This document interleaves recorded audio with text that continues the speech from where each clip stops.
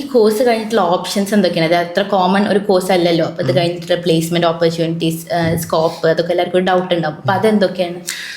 നമ്മൾ നിമാൻസിൽ മാത്രമേ ഉള്ളൂ ഈ കോഴ്സ് ഓൾ ഇന്ത്യയിൽ. ഞാൻ പറഞ്ഞു 6 കുട്ടികൾ. അപ്പം ഓരോ ഇയറിലും ഈ 6 കുട്ടികളാണ് പഠിച്ചിറങ്ങുന്നത്. അപ്പോൾ ഈ ന്യൂറോ സയൻസ് എല്ലാം ഒരുപാട് സ്ഥലങ്ങളിലുണ്ട്, പക്ഷേ ഇത് ന്യൂറോ ഫിസിയോളജി എന്ന് പറഞ്ഞാൽ നിമാൻസിൽ മാത്രമേ ഉള്ളൂ. അപ്പം ഇതിൽ നമ്മൾ കൂടുതലായിട്ട് EEG, അതുപോലെ NCS, നെർവ് കണ്ടക്ഷൻ സ്റ്റഡീസ്, അങ്ങനത്തെ കുറച്ച് കാര്യങ്ങൾ സ്പെഷ്യലൈസ് ചെയ്തിട്ട് നമ്മൾ പഠിക്കുന്നുണ്ട്. അതും പ്രാക്ടിക്കലായിട്ടാണ്.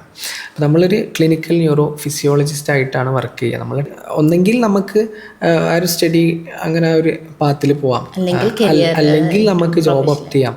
അപ്പം ഇതിൽ ജോബ് ഓപ്റ്റ് ചെയ്തോലും ഉണ്ട്, കരിയറായിട്ട് PhD, ഹയർ സ്റ്റഡീസ്, MSc ചെയ്യുകയാണെങ്കിൽ പിന്നെ PhD ചെയ്യണം, ഡോക്ടറേറ്റ് ആയിട്ട് ഇപ്പോൾ അവിടെ വർക്ക് ചെയ്യുന്നവരുണ്ട്. അപ്പോൾ ഇതൊരു ലോകമാണ്, നിമാൻസ് ഒരു ലോകമാണ്, റിസർച്ചിൻ്റെ ലോകമാണ്. നമ്മളെ സ്ലീപ്പ് എന്ന് പറഞ്ഞത് ഉറക്കത്തിനെ പറ്റിയാണ്.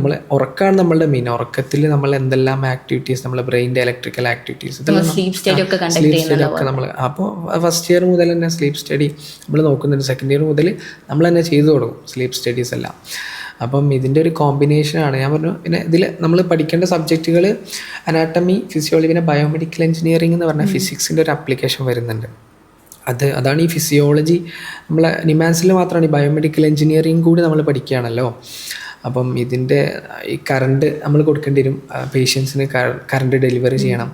അതുപോലെ നമ്മൾ ഇൻട്രാ ഓപ്പറേറ്റീവ് മോണിറ്ററിംഗ് എന്ന് പറഞ്ഞ സംഭവം എല്ലാം ഉണ്ട്, നമ്മളെ ബ്രെയിന് ഓപ്പറേറ്റ് ചെയ്തിട്ടില്ല. ഇതിലെല്ലാം നമ്മൾ കറണ്ട് എത്ര ആംപിയർ കൊടുക്കണം, അങ്ങനെ ഒരുപാട് കാര്യങ്ങളുണ്ട്. ഇതൊക്കെ നമുക്കറിയണമെങ്കിൽ നമുക്ക് ഫിസിക്സിൻ്റെ ഒരു ആസ്പെക്ട്സിൽ നമുക്കറിയണം. അത് ഒരുപാട് ന്യൂറോ സർജന്മാർക്കൊന്നും ഇത് അറിയില്ല. അപ്പോൾ അറിയാത്ത ഈ സർജന്മാരെ അസിസ്റ്റ് ചെയ്യണം. അവർ നമ്മളോട് ചോദിക്കും, അപ്പോൾ നമ്മളെ സ്റ്റാഫുകളോടായാലും അവർ നമ്മളെ വിളിക്കും, ഡോക്ടേഴ്സ് വിളിച്ചിട്ട് ഇത് പറഞ്ഞുതരുമോ, അങ്ങനെ ഒരുപാട് ചോദിക്കുമ്പോൾ അവർക്ക് നമ്മൾ ലെക്ചറായിട്ട് പറഞ്ഞു കൊടുക്കും വേണം. ഇതാണ് ഇതിൻ്റെ ഒരു ഓപ്പർച്യൂണിറ്റി എന്ന് പറഞ്ഞാൽ. നല്ല രീതിയിലൊരു ക്ലിനിക്കൽ എക്സ്പോഷർ നിങ്ങൾക്ക് ഇൻസ്റ്റിറ്റ്യൂട്ടിൽ തന്നെ അത് നിമാൻസ് പ്രൊവൈഡ് ചെയ്യുന്നത്.